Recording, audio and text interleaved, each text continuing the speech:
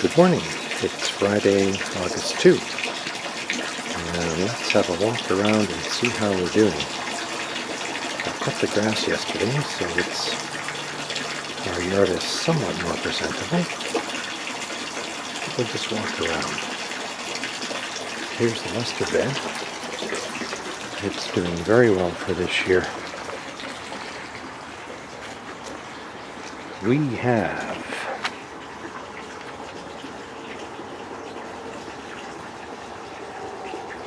asters.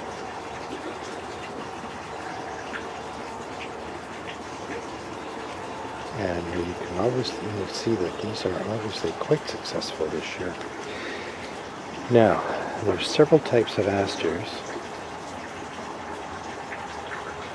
One of them is being eaten quite successfully by rabbits. So that one, I believe that's a western silvery aster. I'm not sure what this one is here. So asters are doing well. We have heleniums. They're doing very, very well.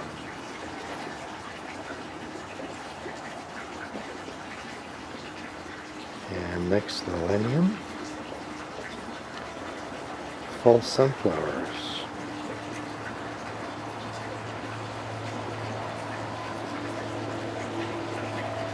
Which are just over 6 feet tall, some of them at the back here. I'm going to walk down the back in a few moments.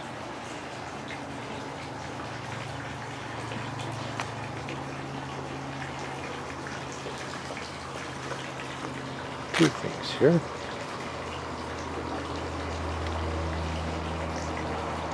Black-eyed Susans. And if I pan down,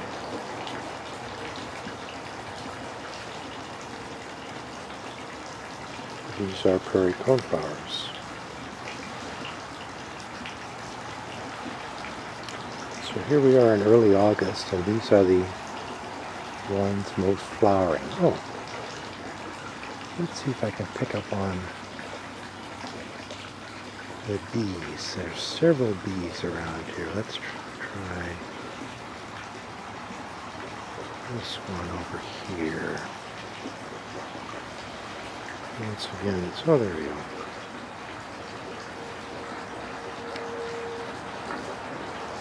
This is on the giant hyssop. There it is.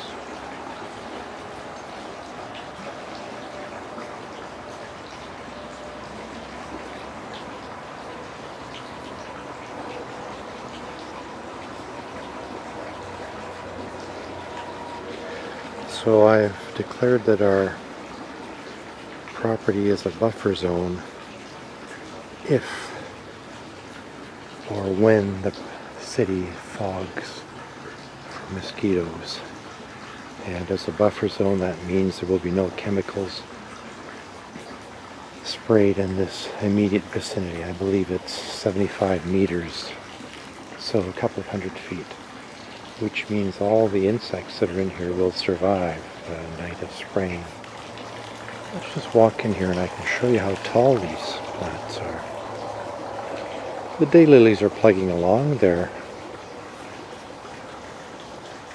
just about done. There's still some out here. We could really clean these up. I think this path I'm going to abandon. It seemed to be a good idea, but it fills in very quickly, or the plants from either side flop over. So I think what I'm going to do is let it fill in. So let's see how tall these are. Okay, I'm going to put this at eye level. That's my height at eye level. I'm 6 feet tall. So we have another 3, 4, maybe up to 6 inches taller than me. This is, here I'm right against these now, so let's just look up. So we're getting close to 7 feet tall.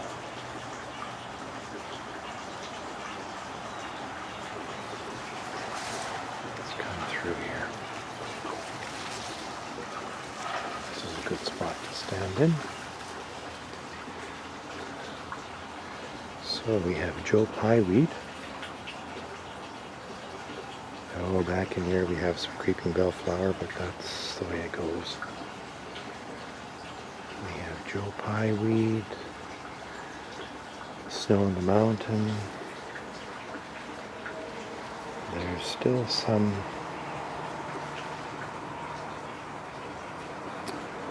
swamp milkweed left. It's just about all gone for the year. But we have, oh, here's some swamp milkweed. We'll focus on this one. So now when I look up,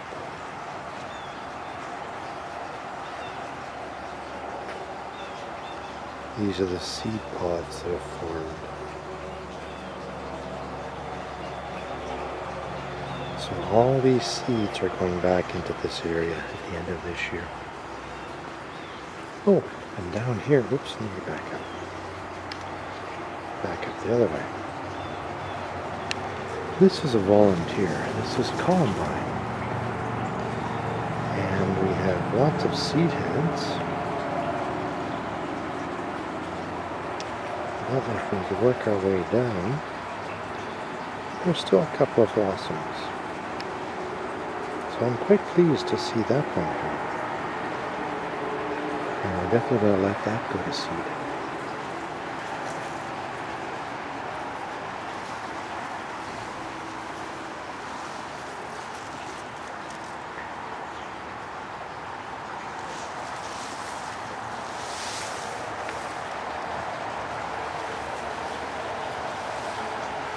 There's a few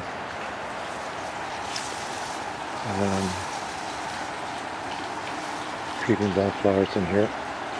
Most of it I've eliminated from the yard, but there's still a few left. This bed, the seal bed, hasn't filled in quite as well as the, oops,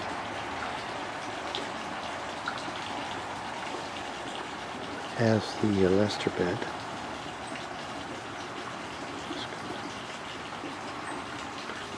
But it will certainly get there. I anticipate by next year it will be totally filled in.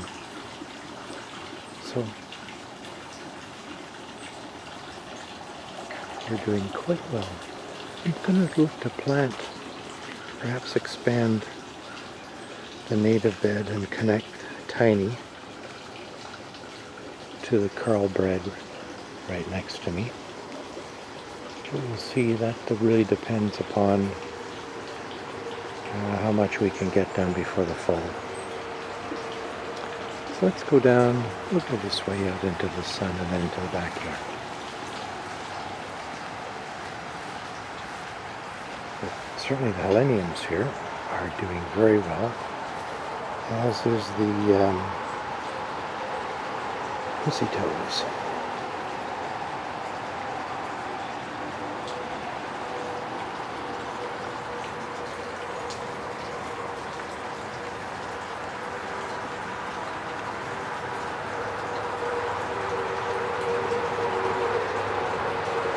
Unfortunately, it's in the dark, so I can't quite get a good look at him. Let's go in the backyard.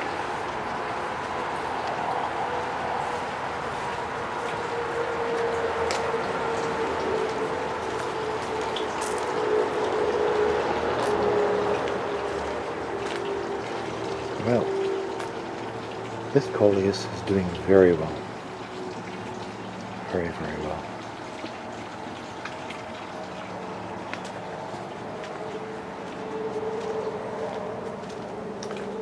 Here we go. Greetings and salutations.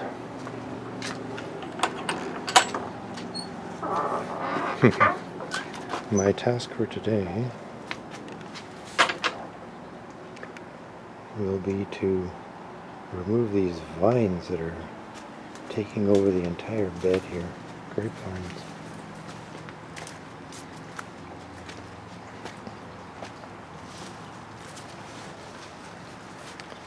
So yesterday was cut the grass day, and I've got it down to a minimum that I can cut the grass in, oh gosh, under 15 minutes.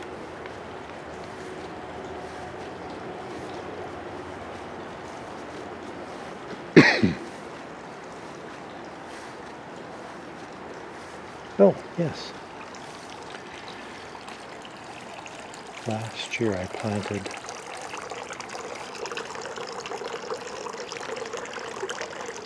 some daylilies to give more color than the standard, I'll say, wild daylilies.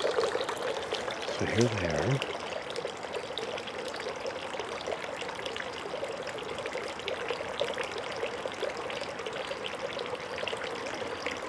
Now I have trouble seeing the lens, so I'm just going to generally point the camera and assume it shows up where it's supposed to. The image shows up where I'd like it to. And here we have the goji berry tree. And the goji berries are just starting to ripen.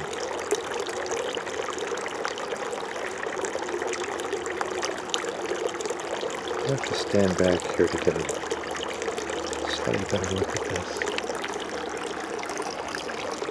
You can see how the tree itself has taken over. It's just exploding from this spot. So I have to figure out how I can display it correctly, display it more appropriately, because it just looks ragged. It really is quite an interesting tree. Now we have, oh, you may have just missed that going by. If you look in the speed well here, there's lots of bees and flies and various insects in the speed well, particularly the speed well.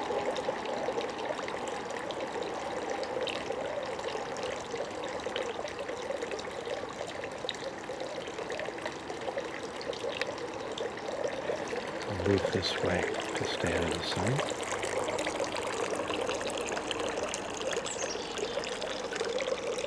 Ah, yes. And here,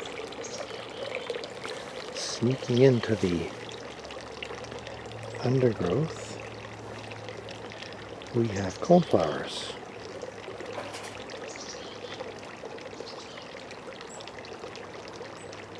Look at all the bees are in the speed well, and if you look generally in the giant hyssop, we have various kinds of flies that enjoy the giant hyssop. So this is why I'm talking about to do with being a buffer zone against chemical spraying. That just kills everything. Yes, it will remove the mosquitoes, and I did have a couple bothering me yesterday when I was in the shade. But we are going to destroy, if this gets sprayed, all this wildlife is destroyed instantly. So, the goal here is to protect this environment from that.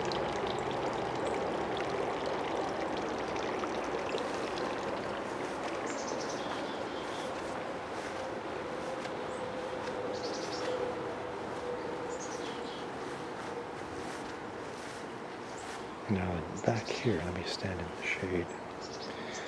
Back here we have Joe Pye weed, which is taking its time. This is probably not as, or is more in the sun, is less protected than the one at the back, and one in the front yard. And therefore it may tend to, Joe Pye requires some amount of moisture, and that this where it's sitting right here may not be quite appropriate. The yellow flower next to is Heliopsis. And when the first one was sprouting through the Joe Pye weed, I almost pulled it out till I realized, no, I'd also planted Heliopsis in here as well. Let's go behind that, and if we go back to here and then back in, Or swamp milkweed. Or what I thought I'd purchased was butterfly bush. Surprise, the same name. Now, back here I have potatoes. And I continue. Oh yes, I have my work cut out for me today, I see. Oh, let's go to here.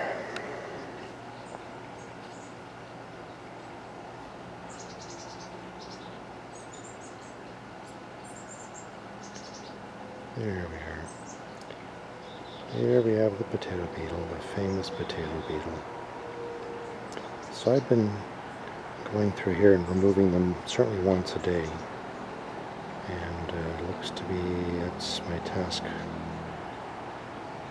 after I finish filming this. Because we do indeed have a few beetles.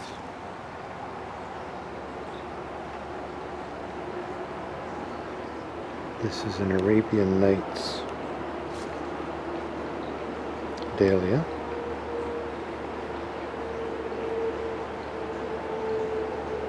Dahlias are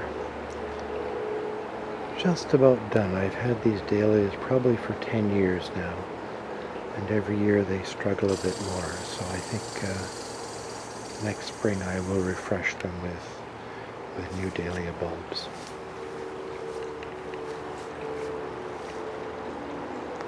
The Oregon fleabane, the pink flowers, are forming seed pods. I haven't decided how much of those seed pods I want to retain and how much I'm going to put in yard waste. Because they really do spread. I'm just going to come down here, check for more potato beetles. Oh yes, here we go. And, oh yes, we're everywhere now. Yeah, this is not good. Potato beetles.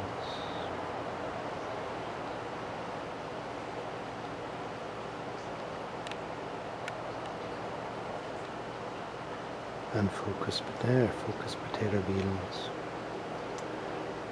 And they are through here, so I do have to come through and address that.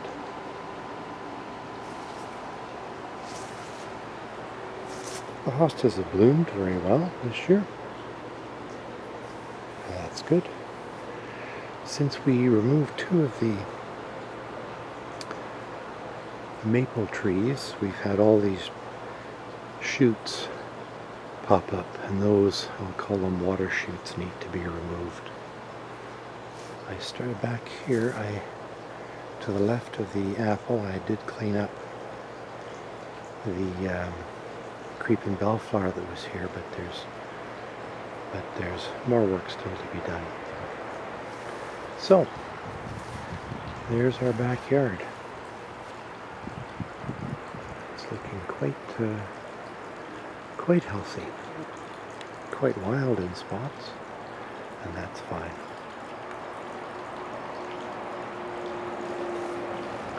So with that, I think I'll head back to the speed well and let's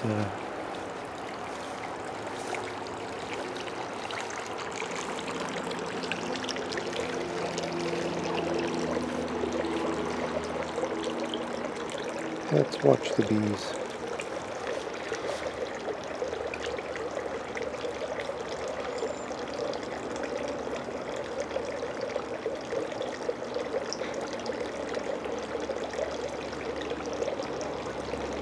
Everybody's happy, and that's the beauty of a garden such as this, is that we attract lots of wildlife and really become an oasis for wildlife in a suburban area. And if you just generally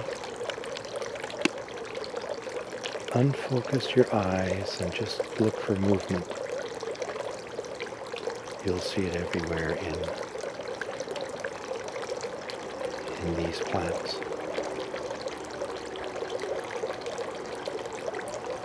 Greetings and salutations. Have a good day.